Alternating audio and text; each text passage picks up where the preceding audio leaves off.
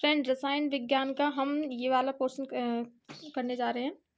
ये क्वेश्चन एक इम्पोर्टेंट है जो आपको थोड़ा समझने में दिक्कत देता होगा। देखिए, ये क्वेश्चन में लिखा हो ना, प्रथम 4 हाइड्रोकार्बनों के नाम, सूत्र एवं संरचना सूत्र लिखिए।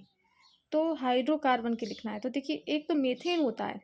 देखिए यहाँ पर मीथेन, तो मीथेन का जो फॉर्मूला होता है, सूत्र एक सी होगा और H4 होगा, CH4। तो इसे जब संरचना बनाएंगे तो C एक ही रहेगा और सी को 4 लिखा है, 4H, H4 है तो जी 4H जोड़ देंगे इसमें। ठीक है, आ गया। ऐसे ये देखिए इसी के आगे ये एथेन है, जैसे एथेन, तो एथेन का क्या होगा, C2H6। बस ये याद कर लीजिए इनके फॉर्मूले के नाम, बाकी संरचना तो आसानी से बन जाएगी। तो सी कितने, 2 सी हैं तो 2 सी जोड़ेंगे, लेकिन जो बॉन्ड होते हैं ना, बंद कहते हैं, इनसे जुड़ना है। तो ये कितने, H कितने, 6। तो देखिए एक इससे जुड़ जाएगा, एक इससे, तो ये देखिए यहाँ पे तो 4 हो गई, फिर 5 6 ये अलग हो गई। ठीक है, तो बराबर बराबर ही जुड़ना है दोनों सी में, ये ध्यान रखना है आपको। तो ये अब एथीन करेंगे, एथीन का C2H4 आ जाएगा। तो फिर इसका भी C2 है और फिर इन्हें भी जोड़ देना। और ये देखिए ये डबल बॉन्ड से जुड़ा हुआ है यहाँ पे, ये भी आपको डबल बॉन्ड ही करना है, यहाँ पे ध्यान रखिएगा। फिर एथाइन, तो फिर C2H2, तो फिर लिए डबल और क्या बोलते हैं, फिर H2 करके ले लिए। ठीक है, और ये ट्रिपल बॉन्ड से जुड़ा है। बस आपको एथाइन पे ध्यान रखना है और दूसरा एथीन पर, बाकी सब सिंगल बॉन्ड है उसकी। ठीक है, अब आपको एक क्वेश्चन ये भी देख लीजिए। देखिए यहाँ पे लिखा हुआ है, निम्नलिखित इलेक्ट्रॉन की बिंदु संरचना बनाइए। तो देखिए ये CH4 है जो, इसका हम बनाएंगे तो क्या करेंगे, तो C1 है, H4 है, तो 1 2 3 4। अब इनके क्या होते हैं, जो इलेक्ट्रॉन बिंदु होते हैं, देखिए H का जो इलेक्ट्रॉन बिंदु होता है ना, H का वो 1 होता है और C के 4 होते हैं। ये ध्यान रखिएगा, ये मतलब नंबर ये होते ही हैं, इन्हें तो याद रखना ही पड़ता है। ये इसमें ऐसा नहीं है कि कोई मन से बनाया गया। ठीक है, तो इसके देखिए अब H के पास एक इलेक्ट्रॉन बिंदु था, इसके पास भी एक था, इसके पास भी एक और इसके पास भी एक, लेकिन C के पास अभी कोई नहीं है। मान लीजिए अभी ये कोई नहीं है, तो C क्या करेगा, C को तो 4 चाहिए, तो क्या करेगा, इससे मतलब संयोजी कहते नहीं, अपने इलेक्ट्रॉन को साझा कर लेगा, मतलब उनसे ले लेगा। तो इनसे मतलब बनाने के लिए क्या करेगा, एक इससे ले लेगा, एक इससे ले लेगा, एक इससे और एक इससे। तो देखिए ये यहाँ पे इस वजह से गोला बन गया, तो यानी इसके पास कितने हो गए, 4 हो गए। एक ये क्वेश्चन भी देख लीजिए, इसका भी बनाना है। आबंध का निर्माण कर उपयोग कर सह संयोजक आबंध बनाई, तो सह संयोजक इसका भी करना है। तो देखिए CH3Cl है, तो हम करेंगे। तो देखिए यहाँ पे तो C और H3 थे, तो H 1 2 3 हो गए और Cl था, तो ये Cl कर दिया मैंने।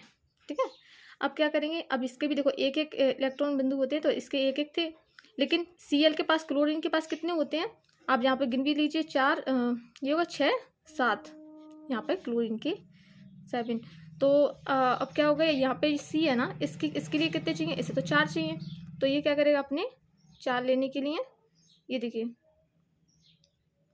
बिंदु साझा कर लिया इसने, यहाँ पे एक एक ले लिया इनसे। ठीक है, और फिर अगर यहाँ पे एक संरचना इसकी जो बनेगी, फिर वो देख लीजिए, C बनेगा और H3 था और Cl बनेगा। ठीक है, ऐसे याद करना है, बस इतना ही काफ़ी था, इसमें से आ जाएगा। और एक ये क्वेश्चन कर लीजिए, साबुन और अपमार्जक में अंतर। तो इसमें देखिए क्या ध्यान रखना है आप, देखिए साबुन तो आप जानते ही हैं कि साबुन क्या होता है। अपमार्जक में अगर आपको दिक्कत आती है तो जो होता है डिटर्जेंट, यानी सर्फ जो होता है। तो आपने देखा होगा कि साबुन मतलब साबुन से हम नहा सकते हैं, लेकिन उससे कपड़े नहीं धोते। क्यों, क्योंकि वो कपड़े में मतलब कपड़े धोने के लिए वो इतना झाग भी उत्पन्न नहीं कर पाता जितना कि ये कर देता है। वो क्यों कर देता है, वो भी देख लीजिए। क्योंकि देखिए कपड़े गंदे होते हैं, तो कपड़े पे वो साबुन अगर फेरेंगे तो कोई असर नहीं होता उस पर, मतलब झाग भाग नहीं निकलती। वो इस वजह से, क्योंकि अपमार्जक जो होता है ना, ये कठोर जल के साथ भी क्या बोलता है, झाग उत्पन्न कर देता है, और ये नहीं करता। कठोर जल का मतलब ये होता है कि पानी बहुत गंदा रहता है, या फिर गंदा हो जाए, या फिर उसमें लवणता बहुत ज़्यादा आ जाए। लवणता मतलब एक आपने देखा होगा महासागर वगैरह होते हैं ना, उनमें कितनी लवणता पाई जाती है, बहुत ज़्यादा। उसमें अगर इंसान नहाने भी बैठ जाए, उसमें कूद जाए, तो वो डूबेगा नहीं। लवणता का मतलब ये होता है उसमें नमक की मात्रा बहुत अधिक होना। ठीक है, तो इसका उपयोग कठोर जल के साथ नहीं होता, लेकिन इसका हो जाएगा। और ये कपड़े धोने के लिए अधिक उपयुक्त नहीं है, लेकिन ये है। तो इतना अंतर हो गया होगा। और ये क्वेश्चन देखिए, सहसंयोजी आबंध, हालांकि मैंने बता दिया कि वो कैसे सहसंयोजी करके आबंध बनाते हैं एक दूसरे से, इलेक्ट्रॉन लेकर और देकर। तो वो इसी की परिभाषा आप पढ़ोगे तो आपको समझ आ जाएगा। और हाइड्रोकार्बन क्या है, ये आपको देखना है कि ऐसे कार्बनिक यौगिक जो केवल कार्बन एवं हाइड्रोजन से बनते हैं, मतलब सिर्फ कार्बन और हाइड्रोजन होंगे तभी वो हाइड्रोकार्बन कहलाएंगे। इसी में लिखा देखो, हाइड्रो से हाइड्रोजन, कार्बन से कार्बन, ठीक है। तो कार्बन और हाइड्रोजन रहेंगे, उनसे उनसे जो मिलकर बनेगा वही हाइड्रोकार्बन होगा। तो ये मैंने अभी फर्स्ट टाइम समझाया था, वही है ये हाइड्रोकार्बन की अगर संरचना बताई जाए ना तो ये याद कर लेना। सिर्फ देखो सी मिलेगा और एच मिलेगा हर उसमें, ठीक है। और संतृप्त असंतृप्त में ये डिफरेंट, ये इंपॉर्टेंट है, ये कर लीजिए। और सावनीकरण से आप क्या समझते हैं, ये देखिए, एक ये दोनों जरूर कर लीजिए। अपरूपता से क्या समझते हैं, और कार्बन के दो प्रमुख अपरूपों के नाम, मतलब अपरूप के नाम का, ग्रेफाइट और डायमंड यानी हीरा, ये कर लीजिए। एक ये क्वेश्चन कर लीजिए दोनों, विस्थापन वाला, दो विस्थापन और वियोजक अभिक्रिया। और वेरी वेरी इंपॉर्टेंट क्वेश्चन है ये, ऊष्माक्षेपी और ऊष्माशोषी अभिक्रिया। देखिए इसमें क्या होगा कि जिस रासायनिक अभिक्रिया में उत्पादों के साथ ऊष्मा भी निकलती है, ठीक है, इसमें ऊष्माक्षेपी में ऊष्मा निकलेगी, उसका उत्सर्जन होगा, लेकिन ऊष्माशोषी में वो अवशोषित होगी, मतलब ऑब्जर्वेशन होगा, उसमें ऊष्मा बाहर नहीं निकलेगी, उसी में अवशोषण होगा उसका, ठीक है। इसमें ये है। और देखिए ये जब लिखते हैं ना, तो जो यहाँ रहता है ना, जितना भी मान होगा उतना ही मतलब यहाँ पर रहेगा, बस फर्क कितना होगा कि आगे पीछे हो जाते हैं। बट अगर यहाँ पे C1 है तो यहाँ पे भी C1 ही होगा। यहाँ पे H4 है तो यहाँ पे भी H4 ही होगा। देखिए 2 दूनी 4 और H4 है यहाँ पे, मतलब सारे मान देखिए 2 दूनी 4, यानी O कितने हैं, 4 हैं, तो O 4 ही होंगे। देखिए 2 ये हो गए, और ये देखो ये यहाँ पे जो बना है 2, तो ये इसका भी है इसका भी है, तो यानी 2 ये, तो 4 हुए। 2 क्वेश्चन ये कर लीजिए, plaster of Paris, very very important, और उदासीनीकरण, ये भी, ये धोने का सोडा और बेकिंग सोडा वाला, ये भी करना है आपको। देखिए प्लास्टर वाला तो बता दिया, लेकिन मैंने जो व्यंजक चूड़ है ना, ये भी देख लेना। इसके जो फॉर्मूला है वो याद कर लीजिए, 1 नंबर में या 2 नंबर में आ सकता है सिर्फ फॉर्मूले के लिए, तो वो देखना। और व्यंजक चूड़ का नाम क्या है, अगर इसकी परिभाषा और मिल जाए तो वो भी करना है, ठीक है, उपयोग भी कर लीजिए इसके। देखिए धातु अधातु वाले से इसके देखिए रासायनिक गुण हैं, अगर मान लीजिए वो 2-3 नंबर में जितना क्या आ रहा है, मैंने देखा नहीं है, आप देख लीजिए।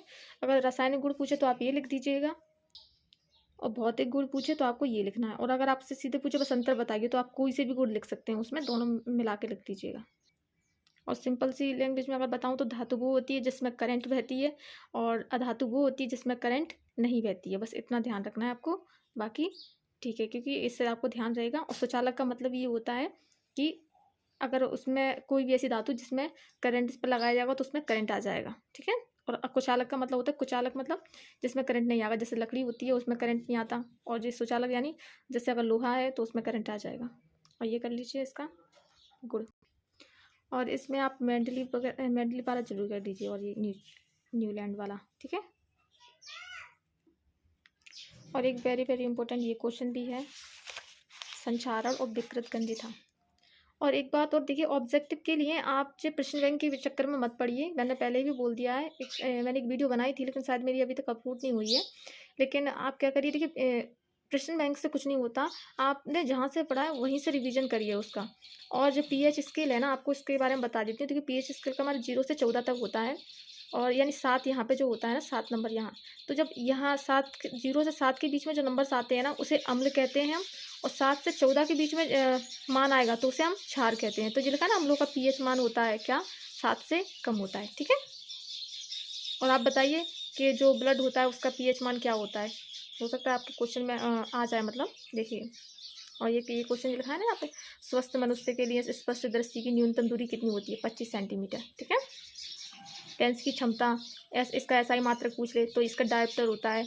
ये क्वेश्चन तो आपको देखिए, ये इसी में कितने अच्छे क्वेश्चन, देखिए परीक्षा अध्ययन है, और केशव परीक्षा रोक भी मैंने देखी, उसमें भी अच्छा है, तो उससे भी कर सकते हो। लेकिन प्लीज़ क्वेश्चन बैंक के चक्कर में मत फिरिए। And thank you.